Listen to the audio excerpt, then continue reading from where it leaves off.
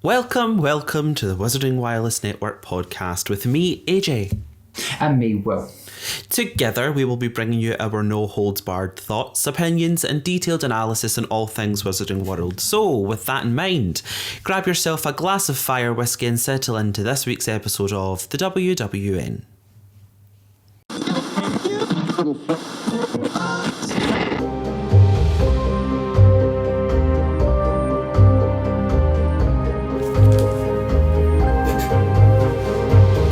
Welcome back to the Wizarding Wireless Network podcast. I'm Will. That's a good impression. Thank you.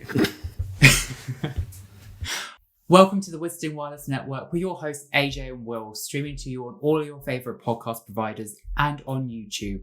On today's episode, we will be talking about Chapter 9, The Midnight Duel. The Midnight Duel indeed. Now, ironically enough, this is one scene that was missed out of the films.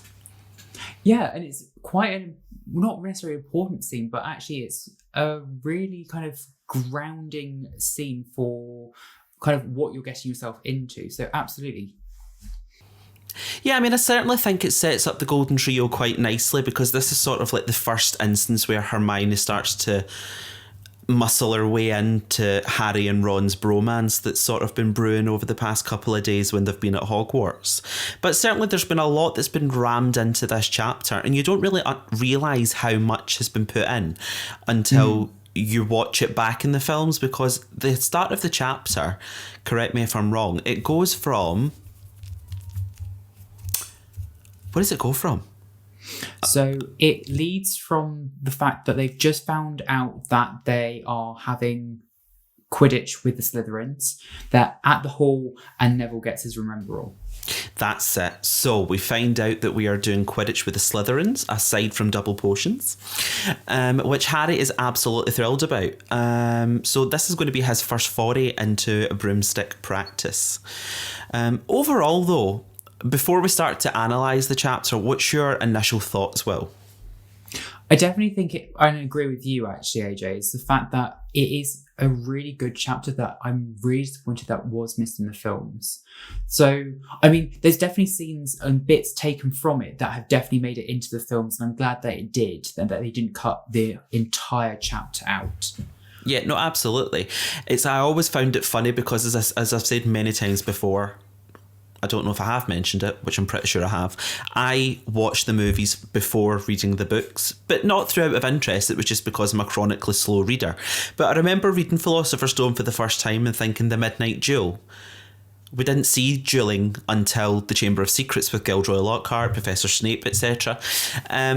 So I was quite surprised by that chapter title, but whenever you go back and read through the chapter, as you've said, we start off with flying, Neville gets the Remembrall, then there's almost like this tete-a-tete between Harry and Draco going to be a duel, and then Harry gets introduced to the whole "I'll be his second" line from Ron, and then you're then led to the duel, which never happens, and then all of a sudden you're at the trap door with Fluffy. It's like, hold on a minute, this is full-blown whiplash. What is going on? And I think this is what I mean, like it's definitely taken some of those aspects from the chapter and has really incorporated them into the films, but it's really missed out on the kind of the whys.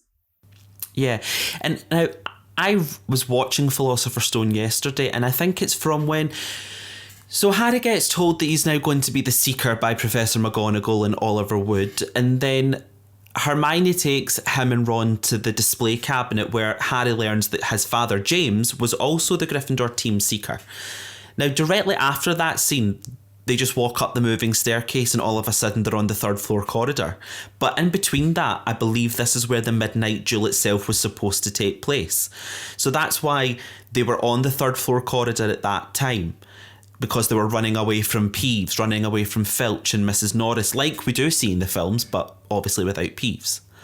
Yeah, that's what I mean. There's more of a why behind the reason they're going into the third floor. Because in the film, it's very much a case of like, oh, the staircase has just landed here, so let's just go in the first door that we see, even though we know we shouldn't be there. Exactly. Very much a red flag. Yeah. But saying that, they are 11, so I will make allowances. Kids make mistakes. We've all been there. So do adults, Will, and we're still there. Now, my personal opinion on this chapter, I love it. Yeah? I do love it. And I'll tell you for why. Because there's so much that goes on and you get a lot more character development in it. So for one, you get to see how much of an idiot Draco Malfoy actually is. You can just, like, even more so. And then you get to see how hopeless, at this point, Neville is. And true, yeah. You know, he's an absolute pet. That's the only word I can really use to describe him. He's one of these people that you just want to go, there. He gets this Remembrall from his grandmother. He's absolutely thrilled, and then all of a sudden, it goes bright red, and he's like, what have I forgotten? Do you know, by the way, what he forgot? So, okay. Well, both. I don't know if this is canon, or if it's just someone had said it, and I've just ran with the idea. So... Well, there's this whole kind of theory in the film that when everyone else is at the breakfast table, they're all in full robes. Yeah. And he's the only one who's just wearing his cardigan and no robes. Yeah. Yeah, that's what I thought. Yeah, so that's kind of like the theory that's going around. But like when you're reading it in the books, there's no description of what Neville's wearing. So it's almost like it goes red, but you have no idea why. Mm-hmm. So, but it's a bit more obvious in the films where, like, there is definitely a thing that he's forgotten. But it's a really subtle thing, actually. Yeah, it is. It's a very nice touch. An absolutely very nice touch. But then, obviously, we then progress on into flying itself. Now, what is Harry Potter without his broomstick? Without his beautiful Nimbus 2000, which he's not got yet, so just hold fire on that before you come for me. At this moment in time, Harry is about to enter into the world of flying, into the world of Quidditch almost, and it's very clear that from the outset, as soon as he steps into the flying pitch, when Madame Hooch makes her entrance and instructs them all how to summon their broomstick and how to fly it, then the natural talent is oozing from Harry. And for one thing, it's, you know, put your right hand over the broom and say up. As soon as he says that, the broom has, like, arrived home in his hand. I think it's really well described, actually, is the fact that it's almost like the brooms are sentient and they can pick up on, like, the enthusiasm. And it's like, this is something that Harry's wanted to do. Mm-hmm. Absolutely. It's showing with the fact that he can just do it. Mm-hmm. Absolutely. And as well, I suppose, you know how we like to talk about breadcrumbs on here. Whenever you look at the Philosopher's Stone, especially in the film, and then the camera cuts to Draco Malfoy, and he says up, the broomstick also shoots up into his hand. Could possibly be a little bit of a telltale sign for what's coming in the Chamber of Secrets when he becomes the team seeker. And the thing is, there is that breadcrumb in the books because there's a whole argument of Malfoy wanting to be on the Quidditch team, but he then says about how it's unfair that first years can't be on the Quidditch team. Yeah. Is there also not some form of... was there not a line in the book as well about how... let me pull this up because it's a good line. Wait a minute. I'm not going to see every single time I crack open one of these, but I literally feel like a witch. Like, you know, because it's like it's not a book, it's a tome. It's huge. Right, where is it? Where is it? So Madame Hooch then showed them how to mount their brooms without sliding off the ends and walking up and down the rows, correcting their grips. Harry and Ron were delighted when she told Malfoy he had been doing it wrong for years. Mm-hmm. So there's also that, but then there's also a line here and it said, Malfoy certainly did talk about flying a lot. He complained loudly about first years never getting in the house Quidditch teams and told long, boastful stories which always seemed to end with him narrowly escaping muggles in helicopters. Yes. The receipts don't lie, Malfoy. I smell bullshit. Bullshit, Vivian. Bullshit. But yeah.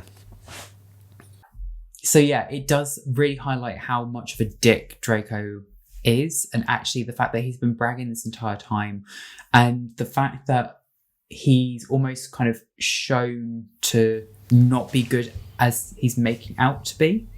Exactly. It's like he's just telling tall tales to try and... Like, big himself up. Yes, thank you. Thank you. I'm having a senior moment, forgetting my words. Well, the thing is, it plays into the whole thing of him being a Slytherin with that whole pride and ambition. It's like, you've got to be seen to be doing the best. Exactly. But then again, it's all very well being the best and be seen to doing your best. But saying that, I am a Gryffindor at heart, so I have a conscience. That's the thing. Conscience. Conscience. Bit of ASMR for you. Yeah. So what I quite liked about the chapter is the fact that it highlights on actually quite a few occasions where Malfoy is, one, being seen as this antagonist within the school, but also the fact that people are able to see through him fairly quickly. Yeah.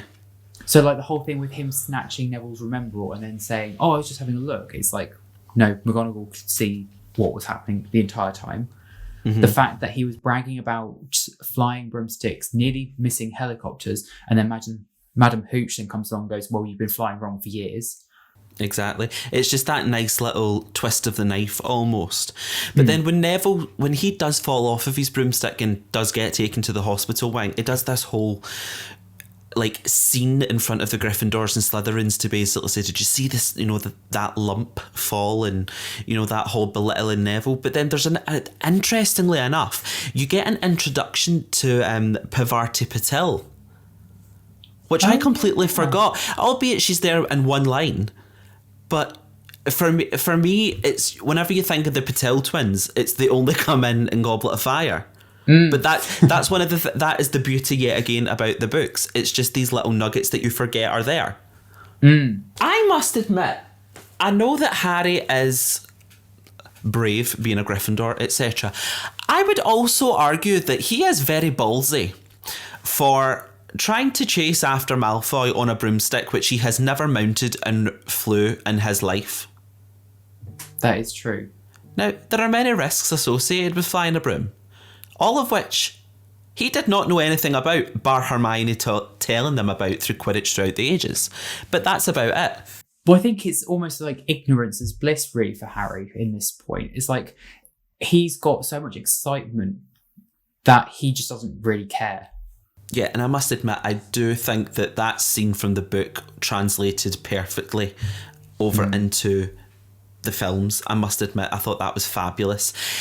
Now, with this bit being said, Professor McGonagall then runs to Harry after seeing him fly, and then you automatically think he's going to get into trouble. It's going to be like a big, "Oh my God, she's caught me flying, and now I'm going to be expelled from Hogwarts." But it's quite the opposite. And then you're now introduced to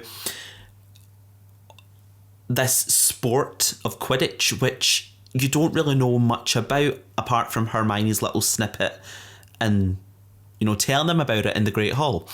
But McGonagall then takes Harry over to see Oliver Wood, the most enthusiastic Quidditch person I've ever met in my life.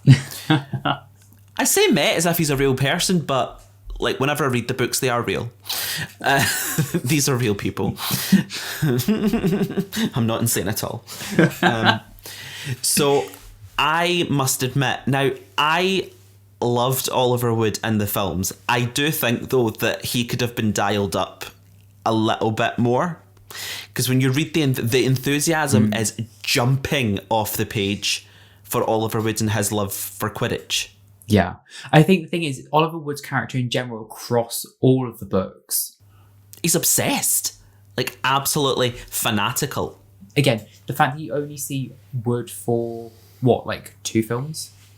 Well, 3 if you count Deathly Hallows Part 2. That's a tiny little cameo though. Well, he's still in it. Is it the same actor though? Well, allegedly. Let me Google. Let me consult. Consult IMDb. Okay, Sean Biggerstaff, where you at, hun? I love that you know him by name. Well, he's Scottish. There's like only 2 of them in Harry Potter. I'm kind of like, yeah, fair. It's like me and Thomas, it's like the only 2 people that we know. No, I'm kidding. Let me see. He was in it. Was he? However, he's in a cameo, but it was uncredited, which was a shame. Does it count? I don't know. Do you know what? The subtitles said that it was Oliver Wood. True. Now, hold on. Right, this is completely going off topic, right? But this is talking about subtitles. What one was I watching? Oh, Lord of Mercy. What film was this? I want to say it was it was one of the ones with a Death Eater in it, right? So 4 onwards. And I want to say it was Deathly Hallows Part 1. The subtitles came up and it was a line delivered by a Death Eater, but they gave the Death Eater a name and it just said Death Eater Ian. And I was like, who is Ian? The most unmagical name. Ian the Death Eater. I must Google this. Oh, do you know what it, do you know what it was? Someone has actually found it. And it's Deathly Hallows Part 2. And it's a Hogsmeade Death Eater. So see when they land in Hogsmeade and the caterwauling charm goes off? Yeah. It's the actor, I believe, who's called Ian Peck. And they've put him under as Death Eater Ian on the subtitles. There's a Reddit feed about it. Already. Oh, please tell me someone's on a backstory on Death Eater Ian. Oh my god. Somebody said he needs a 5-part spin-off. I'm obsessed with this. I'm going to be stuck. This is going to be your evening, isn't it? Somebody said, wait until you meet Death Eater Stefan. He's into hot yoga and baking.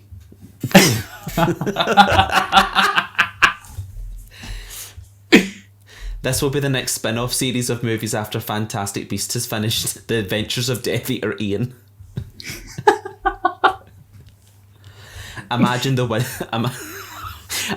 Wizengamot trial. Are you or have you ever been a Death Eater? Death Eater Ian. No, it was the Imperious Curse. Oh, I'm obsessed. I am obsessed with this. Justice for Death Eater Ian. It was an unfortunate naming accident. Oh, I love it. I absolutely love it.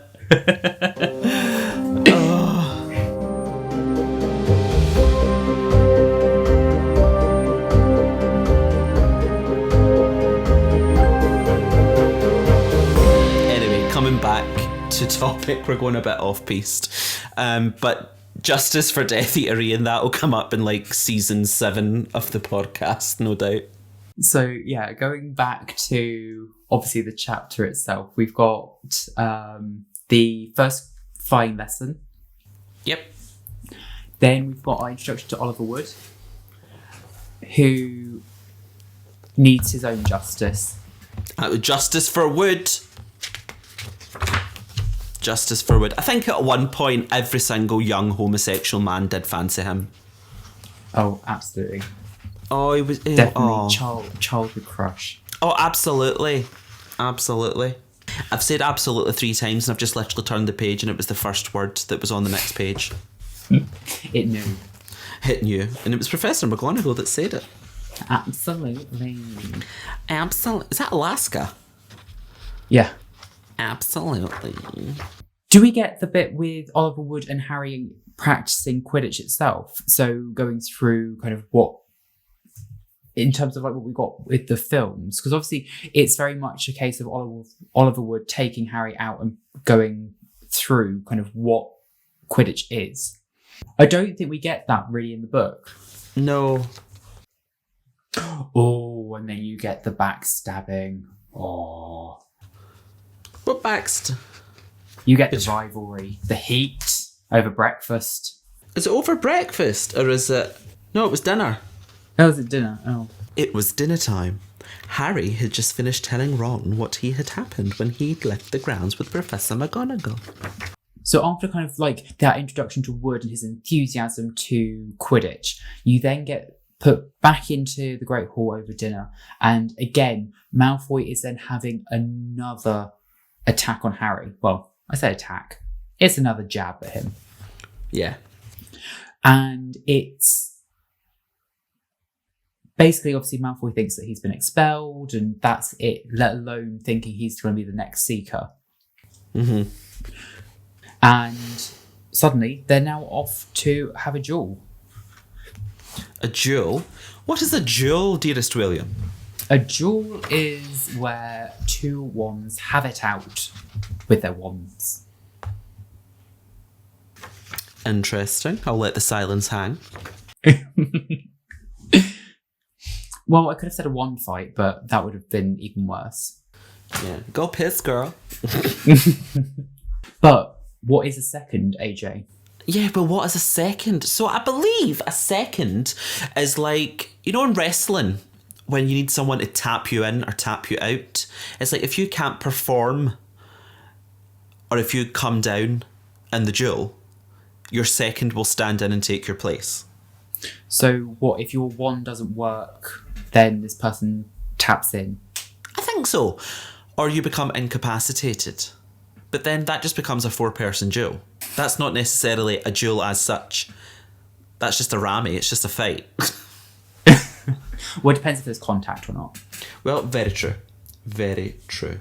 This is kind of another introduction to another thing within the Wizarding world that Harry's completely oblivious to.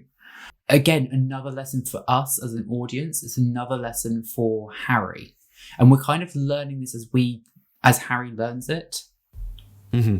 So again, this is what I quite like about overall with the Philosopher's Stone, is the fact that every chapter is kind of like Harry learning, but it's us learning as well with him. Absolutely. Obviously, like we said at the beginning, this is very much an introduction to the third floor corridor. So Malfoy has antagonized Harry to the point where they are at blows with each other. They are planning on doing a duel at midnight. It kind of moves the chapter through fairly quickly with this. Like, it seems to be kind of like one thing after the next. And like you said, like, it's quite packed, this chapter, with events. Mm-hmm.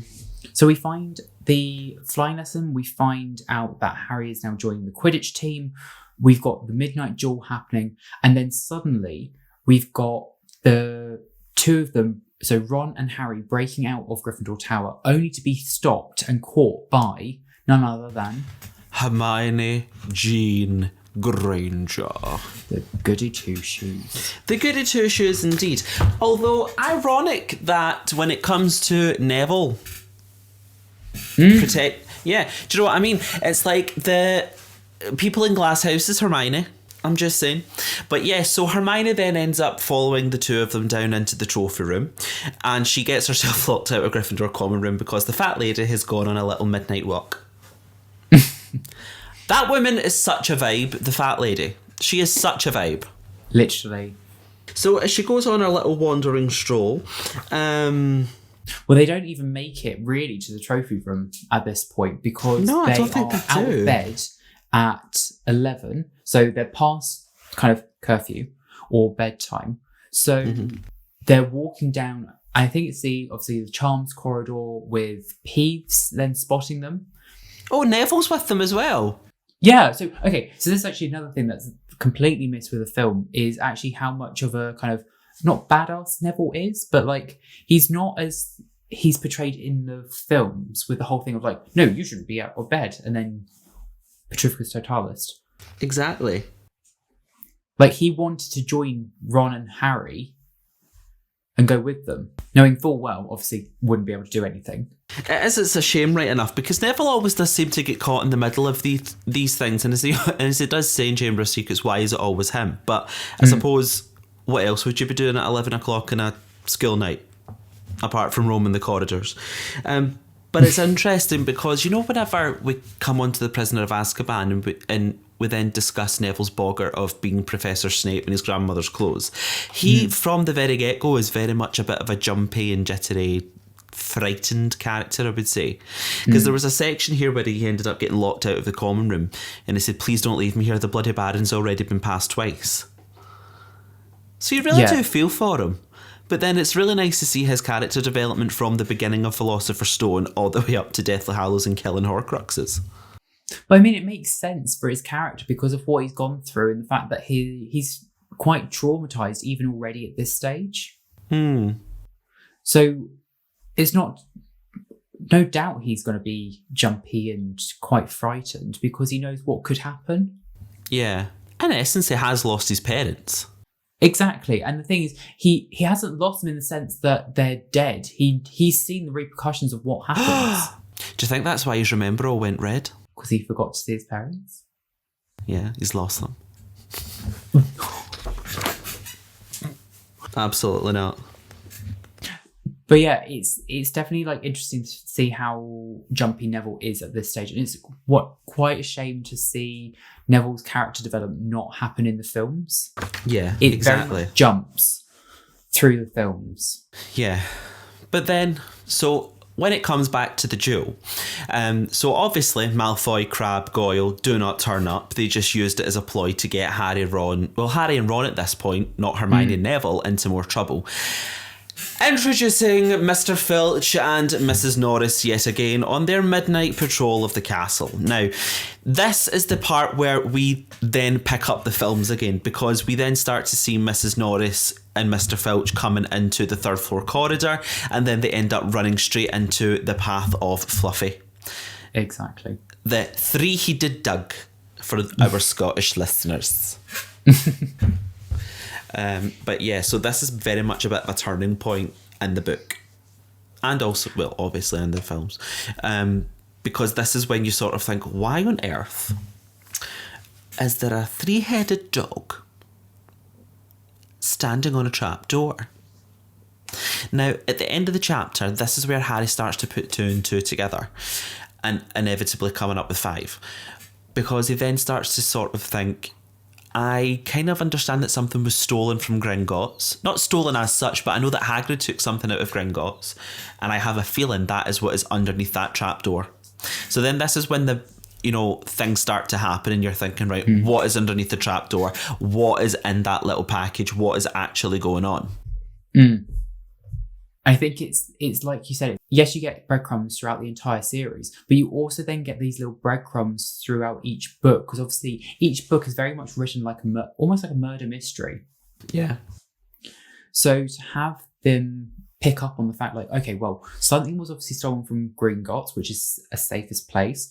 Hagrid and Dumbledore wanted that moved. Obviously, they're going to store it in the safest place that they know, which is obviously going to be Hogwarts. Put 2 and 2 together, you've got a gigantic 3-headed dog. Obviously, that's going to be guarding something. Yeah, exactly. And it does make you wonder, what actually is it? But then, obviously, as we do know, it is the Philosopher's Stone. The nice thing with this chapter is it really kind of ends quite nicely. I think if I was definitely reading through this book, this is the chapter that I would very much be able to put the book down. Does that make sense? It's a bit, yeah, it's a nice bit of breathing space.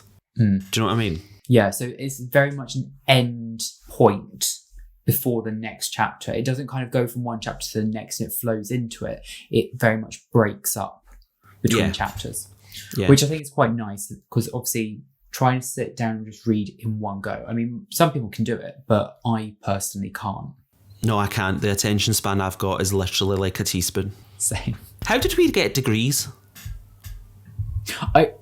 Honestly, it's still a mystery to me. You and me both. Obviously, with this chapter being kind of wrapped up, what was your kind of personal favourites? What was the bit that kind of stood out for you within this chapter? Because obviously there's so much that happens in this chapter. No, absolutely. What bit did you like the most? My favourite part has to be Harry becoming the Seeker. Because you know that it's just a fabulous event for him, and it's so well portrayed in the movies. Plus the soundtrack to accompany that is banging. But yeah, I think that's my favourite bit. What about you? I think for me, it's the bit that's not even in the films. It's the whole arguments between Malfoy and Harry. It's the rivalry. And it's all of that kind of that building around the kind of that dynamic. Yeah, absolutely. So we've talked a little bit about kind of the book and how that translates into the films, but actually, what do you think this chapter was portrayed very well in the films? Because I think we're at the stage now of the books where things are starting to deviate a bit more. Yeah, ever so slightly though. As I say, I know that nothing will ever be perfect, but I would ideally have liked to have seen that whole duel, quote unquote, section in the movies, But I get that it might have just been, at the time, as a first film, it may have been seen as a bit of a filler. Yeah. So that's why they cut it, which I do get. I do get that. Yeah, I think that's probably their thought process behind not including this within the films, is it kind of feels too much like a filler point. It would slow down the pacing. Yeah. And I think they did quite a nice thing with the pacing of the films, of going from the Remembralls straight into Quidditch, and then from that is talking to Oliver Wood. But I think it's like you and me said earlier, is the fact that it doesn't give the reason why that the trio ended up on the third floor corridor as nicely as it does in the book. I think that's then what's missing, is just, it just seems very out of place, of like, okay, the stairs landed here, there's other stairs to go up, but you just chose to go through the first door even though you know not to go through it. It just doesn't make very much sense. But here we are. So in terms of like positives and negatives then for this chapter, AJ, what did you like about it? What didn't you like about it? I mean, I liked it all. I mean, like, I genuinely did. I absolutely loved the whole Quidditch aspect of it, because you know that it's going to play such an integral role in the series coming up. I loved the introduction of Oliver Wood. He's one of my favourite characters. He is just a fanboy. He's just a fanboy, and I love that about him, because he is so passionate about Quidditch. And you get a little bit of backstory about Harry's father, James, being the Seeker too. I know what you're going to say, the fact that you didn't like about it. Go on. Peeves is in it. I actually was. So, no, it's just more the fact, like, when they're in the corridor and Peeves is the one calling out, going, students are out of bed. It's like, but Filch's already been alerted by Malfoy and Crabbe and Goyle. So why does Peeves need to be in that scene to kind of add the tension? The tension's already there. I just don't think it really added anything to the chapter. Yeah. But otherwise, I think it was a very good chapter overall. I think there's definitely that scene with Harry and Oliver going through the balls of Quidditch that is missing within this chapter. I can't remember if it is a bit further on in the Quidditch chapter, but for them to kind of talk about Quidditch and to talk about it with Fred and George, I just preferred how they did it in the film with Oliver Wood. Yeah, 100%. I absolutely love that scene. Rounding off quite nicely, talking about next week. I by the way, this is what I've been doing if I'm looking over at the computer, right? I'm looking at wands for next week. Do you know how much there is on wand lore, full stop? There is so many intricacies that I did not know. No, I think I'm going to have to do a lot more research for next week. If I'm being honest, I think we can divvy this up into several episodes. And I didn't know that you could essentially whisper to a wand and tell it to die. Anyway, so yeah, that is something that we can discuss. Sounds good. Definitely going to need to do a bit more research for next week then. So what do you want to talk about? Will we just say wand lore as like an overview? Yeah, let's. Let's talk about kind of an overview and an intro to wand lore. Introduction to wand lore. We're still in first year at this stage. Yeah, so one chooses the wizard, and we'll see you next week. That's it. That's all you need to know. So, absolutely, we will be talking wands next week. So, leading on from the Midnight Duel, where there was no wands, there was no spellcasting, there was no battles. Nope, nil point. We will be talking about wand lore. Lovely. So, with that in mind, I have been AJ. I have been Will. And thank you guys so much for watching this week's episode of the Wisdom Wireless Network. And as always, make sure to keep your radios tuned in for next week's episode, where we will be talking about wand lore. Bye-bye now. Bye.